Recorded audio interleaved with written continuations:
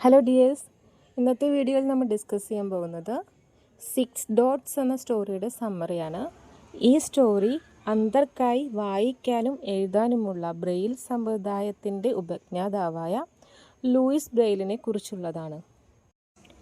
Luis Braille ഒരു ചെറിയ French ഗ്രാമത്തിലാണ് ജനിച്ചത്. അദ്ദേഹത്തിൻ്റെ കുടുംബം സാധാരണക്കാരായിരുന്നെങ്കിലും വളരെ സ്നേഹത്തോടു കൂടിയാണ് കുട്ടികളെ വളർത്തിയത്. അദ്ദേഹത്തിൻ്റെ അച്ഛൻ ഒരു കരകൗശലക്കാരനായിരുന്നു. ലെതർ ഉപയോഗിച്ച് കുതിരപ്പിടി, ചെരുപ്പ് എന്നീ വസ്തുക്കളൊക്കെ അദ്ദേഹം ഉണ്ടാക്കിയിരുന്നു. അദ്ദേഹത്തിൻ്റെ അച്ഛൻ്റെ വർക്ക്ഷോപ്പിൽ നിരവധി ഉപകരണങ്ങൾ ഉണ്ടായിരുന്നു. ചെറിയ പ്രായത്തിൽ തന്നെ ലൂയിസിന് അതിനോട് വലിയ കൗതുകം തോന്നിയിരുന്നു.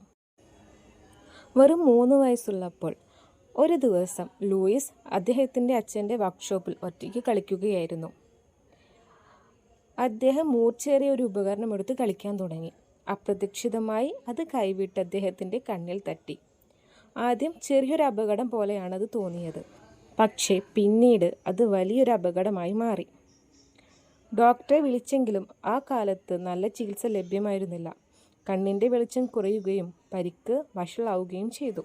കുറച്ച് ദിവസങ്ങൾക്കുള്ളിൽ രോഗം മറ്റു കണ്ണിലേക്കും പടർന്നു. വെറും 3 വയസ്സുള്ളപ്പോൾ തന്നെ ലൂയിസ് അന്ധനായി തീർന്നു.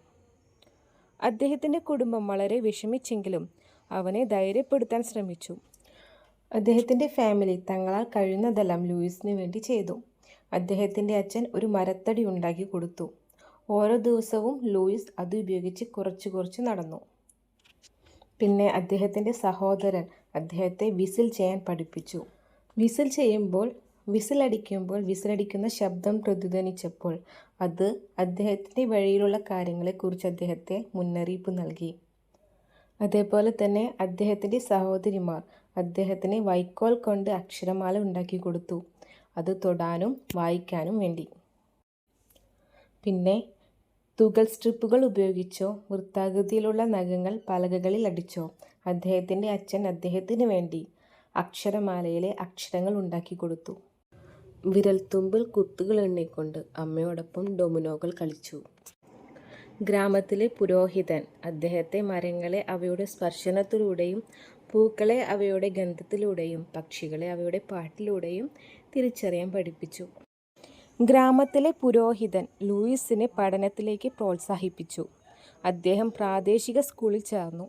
പക്ഷേ അധ്യാപകർക്ക് അന്ധനായ കുട്ടിയെ പഠിപ്പിക്കാൻ മാർഗം അറിയില്ലായിരുന്നു.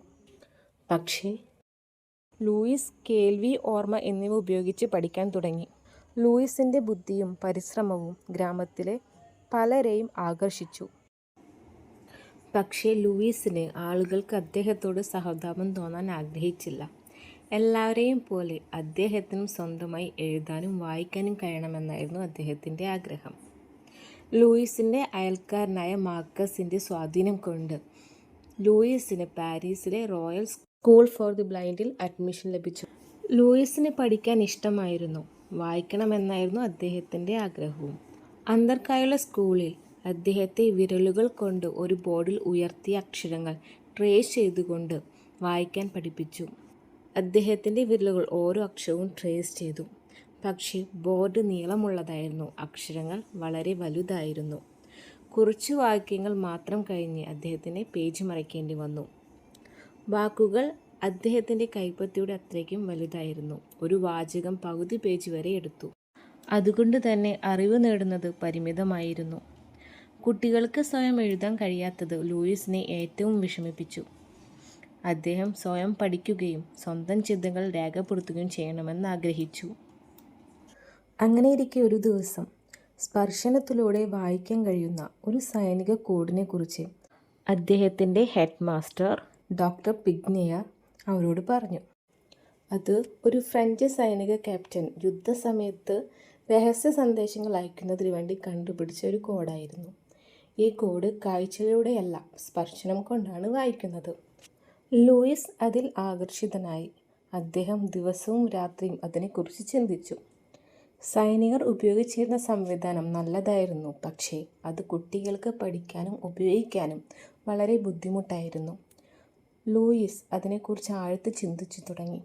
നിരവധി രാത്രികൾ അദ്ദേഹം പരീക്ഷണങ്ങളും തിരുത്തലുകളും നടത്തി. അങ്ങനെ ലൂയിസ് സ്വന്തമായൊരു കോഡ് കൊണ്ടുവരാൻ തീരുമാനിച്ചു. ലൂയിസ് വർഷത്തോളം പരിശ്രമിച്ച് 6 ചില്ലുകൾ 6 ഡോട്ട്സ് മാത്രം ഉപയോഗിച്ച് ലളിതമായൊരു പുതിയ ലിപി നിർമ്മിച്ചു. കുറച്ചു വർഷത്തെ കഠിനാധ്വാനത്തിന് ശേഷം സ്കൂളിലെ ഹെഡ് മാസ്റ്ററോട് തൻ്റെ കണ്ടുപിടുത്തം പ്രദർശിപ്പിക്കാൻ അദ്ദേഹം തയ്യാറായി. ഹെഡ് മാസ്റ്റർ ലൂയിസിന് ഒരു പുസ്തകത്തിൽ നിന്ന് ഒരു പേജ് വായിച്ചു. ലൂയിസ് അത് പകർത്തി. പിന്നീട് ലൂയിസ് അത് ഹെഡ് മാസ്റ്ററിന് തിരികെ വായിച്ചു കൊടുത്തു. കാഴ്ചയില്ലാത്തവർക്ക് വായിക്കാനും എഴുതാനും അനുവദിക്കുന്നതിന് ഇന്നും ഉപയോഗിക്കുന്ന ബ്രെയിലി അക്ഷരമാല അദ്ദേഹം സൃഷ്ടിച്ചു. എല്ലാവരും അദ്ദേഹത്തെ പ്രശംസിച്ചു. ഇത് പിന്നീട് ലോകമെമ്പാടും ബ്രെയിലി സിസ്റ്റം എന്ന പേരിൽ പ്രസിദ്ധമായി. ലൂയിസ് ബ്രെയിലി തൻ്റെ അന്ധതയെ തോൽപ്പിച്ച് ലോകമെമ്പാടുമുള്ള അന്ധർക്കായി അറിവിൻ്റെയും സ്വാതന്ത്ര്യത്തിൻ്റെയും പുതിയ ലോകം തുറന്നുകൊടുത്തു.